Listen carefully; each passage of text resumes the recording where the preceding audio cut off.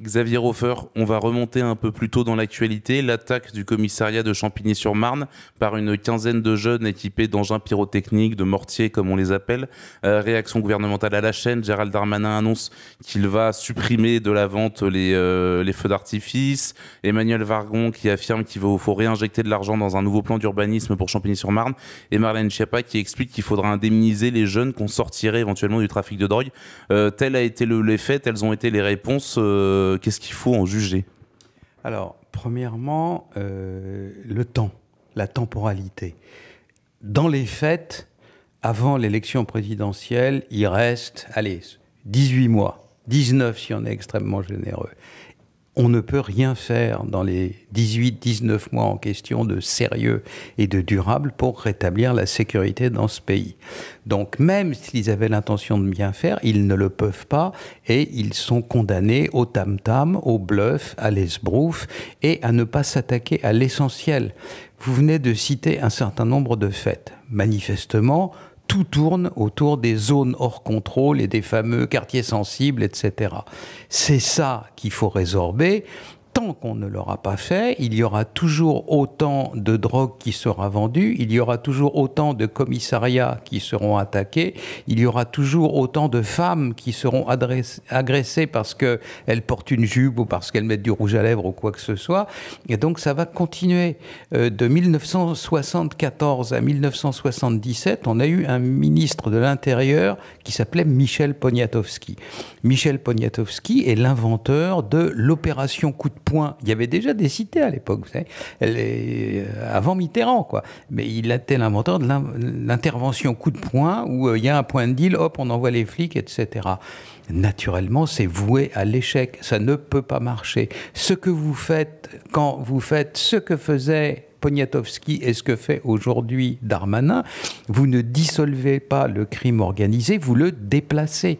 C'est-à-dire que même des gens qui ont des moyens incomparablement supérieurs aux nôtres et une violence incomparablement supérieure à celle que peuvent déployer policiers et gendarmes, je parle des forces spéciales de la police brésilienne, quand ils ont été occupés avec des mitrailleuses lourdes, les favelas au Brésil, eh bien, dans la semaine qui suivait, les dealers n'étaient plus dans les rues principales des favelas, ils étaient dans la ruelle d'à côté et le trafic de drogue continuait exactement comme autant. Donc je ne sais pas, si vous voulez, la seule question que je me pose, c'est de savoir si Darmanin ignore ça et qu'il y connaît rien, ou alors qu'il le sait fort bien et qu'il fait du tam-tam en disant c'est toujours bon pour occuper les couillons jusqu'à l'élection présidentielle. C'est la seule question qui se pose. Dans tous les cas, oui, quelle que soit l'hypothèse, c'est dommageable. Faut savoir que le commissariat de Champigny-sur-Marne, on a parlé de ce coup-ci, mais qu'il a été attaqué, selon les sources, Valeurs Actuelles vous dira plus d'une vingtaine de fois, Le Figaro plus d'une dizaine ou une douzaine de fois. On peut dire qu'il s'est fait attaquer au moins une fois par mois, en fait, ce commissariat. Bien entendu, ça n'arrête pas. Et quand ce ne sont pas les commissariats, ce sont les policiers en patrouille. Et quand ce ne sont pas les policiers en patrouille, ce sont les gendarmes quand ils interviennent sur une opération dans les zones périurbaines. Et quand ce ne sont ni les policiers ni les gendarmes, ce sont les pompiers, encore avant-hier. Et donc c'est tout le temps. Alors, Darmanin, il fait quoi? Alors, je vais vous dire, on va prendre une comparaison médicale. Vous avez un patient dans le lit et le patient a 42 fièvres. Quel est votre boulot, à vous le patient, à vous le médecin, pardon, c'est de ramener le patient à 37. Alors, dans ces cas-là, qu'est-ce qu'on fait? On prend la température du patient, on dit 40, ok, alors on va lui donner tel et tel médicament et il va redescendre à 37. Que fait Darmanin? Il prend sa température à lui. C'est comme si le médecin prenait sa température et dit, bah, regardez, 37, tout va très bien. C'est-à-dire qu'il ne mesure pas ce qu'il faudrait qu'il mesure s'il était simplement honnête, c'est-à-dire le nombre d'agressions de policiers, d'agressions de gendarmes, d'agressions de pompiers, d'attaques de commissariats, de points de deal sur lesquels on tire à l'arme à feu sur la concurrence et éventuellement, car ça s'est déjà vu à Marseille, sur la police. C'est ça qu'il faudrait qu'il mesure. Non, il mesure le travail de la police. Enfin, c'est naturellement tout sauf sérieux. Alors, ça n'aura qu'un seul effet, c'est qu'à la fin du compte, quand on mesurera les choses sérieusement d'ici 1 an ou 2, une fois qu'on aura collationné toutes les statistiques, on se rendra compte que rien n'a bougé. Et lui, il va arriver en disant, vous avez vu, hein, j'ai 37, tout va bien, etc. C'est ça qu'il fait. Il mesure sa propre température. Et les déclarations des autres ministres, on pense notamment à Marlène Schiappa qui déclare vouloir indemniser les jeunes qui sortiraient du trafic de drogue, et Emmanuel Vargon qui dirait on va réinjecter de l'argent là-dedans. On serait tenté de dire aux habitants de la France périphérique en fait d'aller cramer leur tracteur et leur préfecture en fait en réalité s'ils veulent être entendus. Alors, l'interview sur une page entière de Madame Schiappa dans le Figaro est un absolu collector. Je l'ai conservé et je pense que je ferai encore rire mes petits-enfants avec cette interview drôlissime. Enfin, drôle si naturellement on nommait qu'il y a des gens d'agressés, qu'il y a des gens dans des commissariats qui brûlent, etc.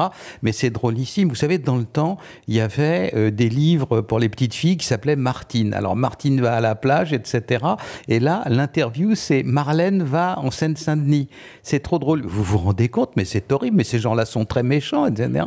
C'est d'une sottise absolue. Et bien entendu, tout ce qu'elle dit, enfin, en termes de lutte contre le crime, bien entendu, si c'est pour amuser des chaisières ou des dames patronesses, ça va très bien. Mais si c'est dans le monde sérieux où il faut vraiment prendre conscience de la réalité criminelle et tenter de la ramener au-dessous du seuil de l'insupportable. Vous savez, tant qu'on ne sera pas au royaume des âges, on ne viendra pas à bout du crime dans la société humaine. L'homme, fondamentalement, n'est pas une bête sympathique et donc, dès qu'il le peut, il pique de l'argent, il estourbit sa voisine et il fait des choses comme ça. Mais on peut faire baisser cette quantité de crimes au-dessous du seuil où ça devient insupportable pour la population. Qu'est-ce qui devient insupportable? Qu'est-ce qui est insupportable pour la population?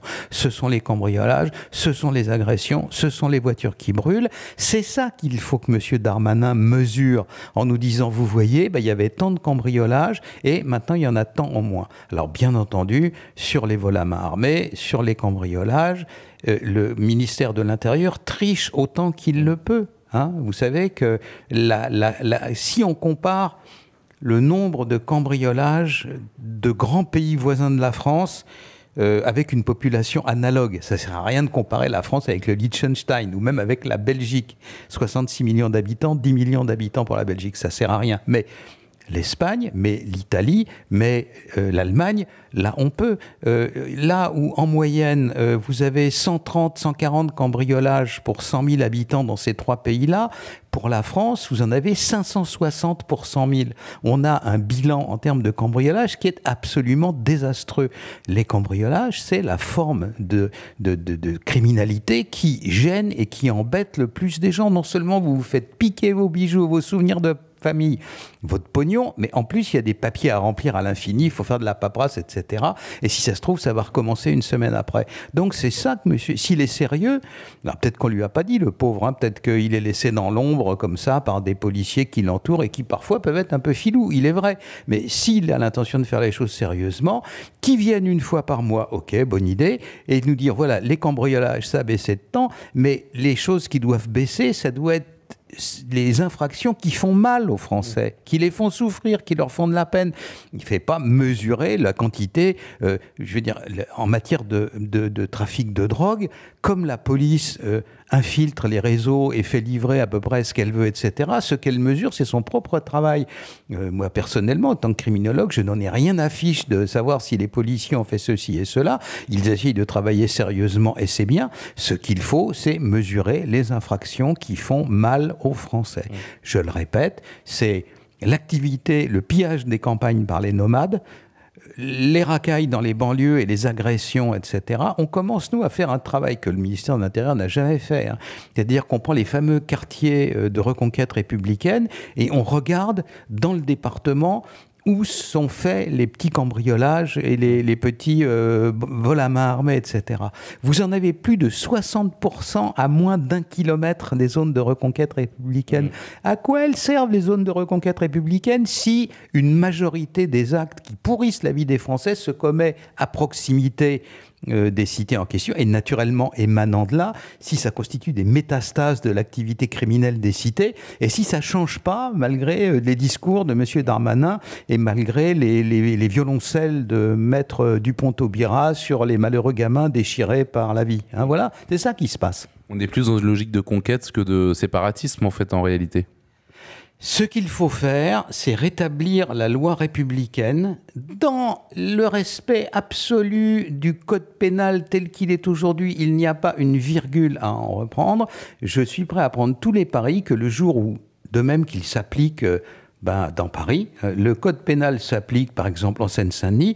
Vous allez voir cette criminalité des rues, cette criminalité de voie publique, c'est-à-dire ces cambriolages, ces agressions, ces petits vols à main armée de pharmacie, de bureaux de tabac et autres, baisser de 70 à 80%. C'est ça qu'il faut faire.